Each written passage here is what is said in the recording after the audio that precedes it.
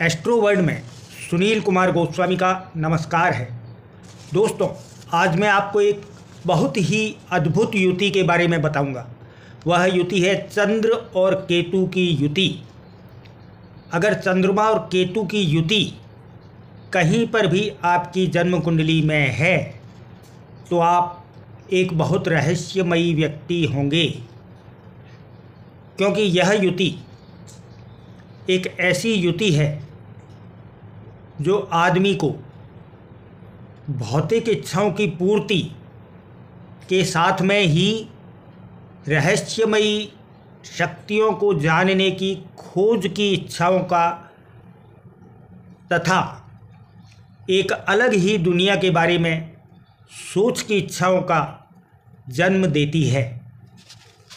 ऐसी युति वाला व्यक्ति प्रायः भ्रमित रहता है, कन्फ्यूज्ड रहता है, क्योंकि उसके मन में दो तरह के द्वंद्व चलते रहते हैं, एक फिजिकल वर्ल्ड और दूसरा स्पिरिचुअल वर्ल्ड। भौतिक जगत और आध्यात्मिक जगत के इस संघर्ष को समझने के लिए मैं आपको आज इस युति के बारे में बताता हूँ। दोस्तों, ऐसी युति वाले व्यक्ति निरंतर मुक्ति चाहते हैं।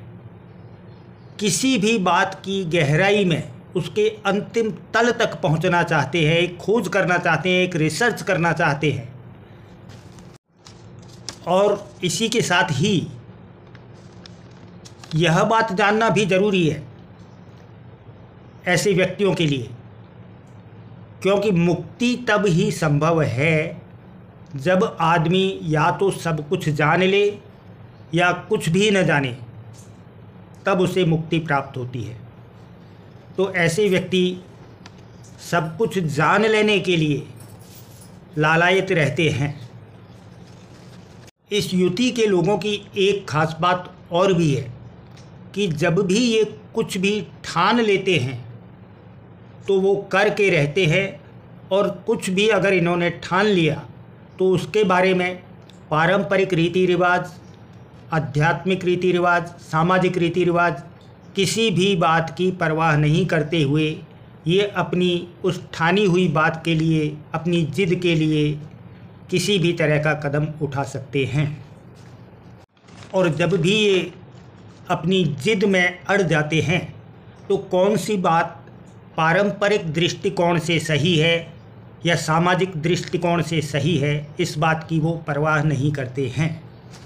दूसरी तरफ ऐसे व्यक्ति बहुत ही कम यानी रेयर केसेज में ही कोई बात ठानते हैं और उसे पूरा करके रहते हैं, क्योंकि चंद्र और केतु युति में जहाँ चंद्रमा मन का कारक है, इच्छाओं का कारक है, भौतिक जगत को जी लेने का कारक है, वहीं पर केतु अलगाव का कारक है, हमें इस संसार से पृथक सोचने के लिए मजबूर करने वाला प्लेनेट है। केतु जब भी किसी ग्रह के साथ जुड़ जाता है तो वह अष्टम भाव का प्रभाव अपने अंदर ले लेता है, जो कि एक गहरी खोज, एक रिसर्च का प्रतीक है, गहराई के तल तक जाने का प्रतीक है। इसलिए इस मानसिक द्वंद्व के रहते हुए वह बहुत ही कम किसी बात को जिद के रूप में लेता है, ठानता है। दोस्तों, मंगल ग्रह की तरह ही केतु को भी अष्टम भाव का अधिपति कारक माना गया है, और इसी कारण से ऐसे व्यक्ति किसी भी कार्य को पूर्ण रूप से कर देने की बजाय पहले उसकी गहराई तक जाते हैं, उसके अंतिम तल तक जाते हैं। इस कारण हमेशा उनके कार्यों को पूर्ण होने में देर होती है, क्योंकि कार्य को पूर्णता में लाने की बजाय वो उस कार्य की अंतिम गहराई तक जाने की खोज में लग जाते हैं। मैंने केतु चंद्र युति वालों को कंफ्यूज्ड रहने वाला इसलिए बताया है कि केतु के पास केवल धड़ है, सिर नहीं है, एक सोच नहीं है। जब तक कि उसे बृहस्पति का साथ न मिले ऐसा व्यक्ति कंफ्यूज्ड ही रहेगा, क्योंकि इसके पास केवल धड़ है, सिर नहीं है। इसीलिए दोस्तों, ऐसे व्यक्ति को सही दिशा केवल ऐसे लोग ही दे सकते हैं, सही मार्ग ऐसे लोग ही दे सकते हैं जिनका गुरु या तो उच्च का हो या उनकी कुंडली में बहुत ही अच्छा प्लेसमेंट हो। इनको केवल वही व्यक्ति सद्मार्ग की तरफ ले जाएगा, उन्नति की तरफ ले जाएगा, जो कि ब्राह्मणत्व लिए हुए हो और मांस मदिरा नहीं खाता हो, उसका भोजन सात्विक हो और जिसका बृहस्पति अच्छे घर में बैठा हुआ हो, वही व्यक्ति इनको गाइडेंस दे सकता है।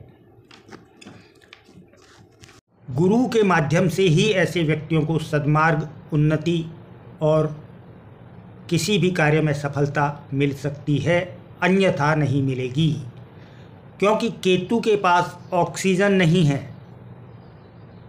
और गुरु ऑक्सीजन का भंडार है, यानी बृहस्पति ऑक्सीजन का भंडार है। इसलिए गुरु की शरण में जाने से ही या गुरु के आशीर्वाद से ही इनकी उन्नति हो सकती है, इन्हें सद्मार्ग और चरम सफलता मिल सकती है और मिलती भी है। ऐसे इनके योग भी होते हैं। चंद्र केतु युति वालों का ऑरा इतना ज़बरदस्त होता है, इतना पावरफुल होता है कि जिसके सामने भी ये जाते हैं अपने ऑरा का प्रभाव उस पर पूर्ण रूप से डाल देते हैं और वह आदमी भी कंफ्यूज हो जाता है। केतु दोस्तों डिटैचमेंट का कारक है, अलगाव का कारक है और व्यक्ति को समस्त प्रकार के मोह से अलग करता हुआ एक अलग रहस्यमयी दुनिया में एक कुछ अलग की खोज में ले जाता है और निरंतर कुछ न कुछ खोजने को, कुछ न कुछ नया प्राप्त करने के लिए लालायित करता रहता है। इसी कारण से वह व्यक्ति किसी भी कार्य को करने से पहले उसकी खोज करता है। जबकि चंद्रमा इच्छाओं का प्रतीक है, कल्पनाओं का प्रतीक है, भौतिक चीज़ों को भोगने का प्रतीक है। यही संघर्ष हमेशा उनमें चलता रहता है और इसी कारण से the conflict between destiny and moksha,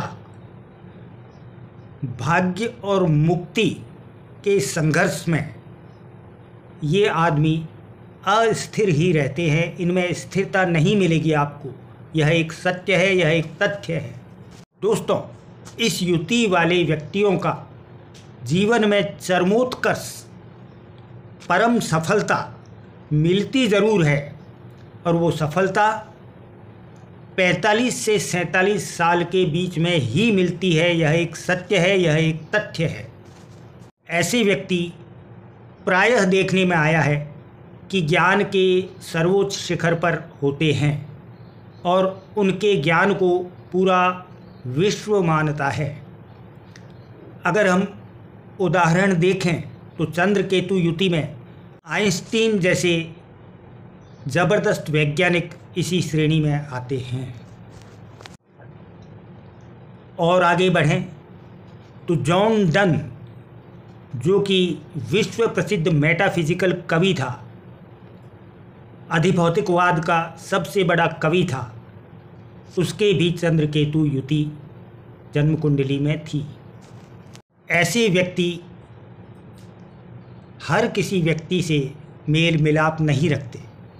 उन्हें ऐसे व्यक्ति ही पसंद आएंगे जो बहुत ज़्यादा ज्ञान रखते हैं, बहुत गंभीर हैं और बहुत ही ज़्यादा सेंसिटिव हैं, अध्यात्म, मोक्ष, रहस्यवाद के जानकार हैं। ऐसे व्यक्तियों का इंट्यूशन पावर सबसे ज़्यादा होता है और अगर यह मेडिटेशन करें तो अपने इंट्यूशन पावर को पूर्ण रूप से जागृत कर सकते हैं। इनकी छठी इंद्री जागृत हो सकती है, इनकी कुंडलिनी जागृत हो सकती है। बशर्ते कि इन्हें सही गुरु मिल जाए, सही मार्गदर्शन मिल जाए। धन्यवाद।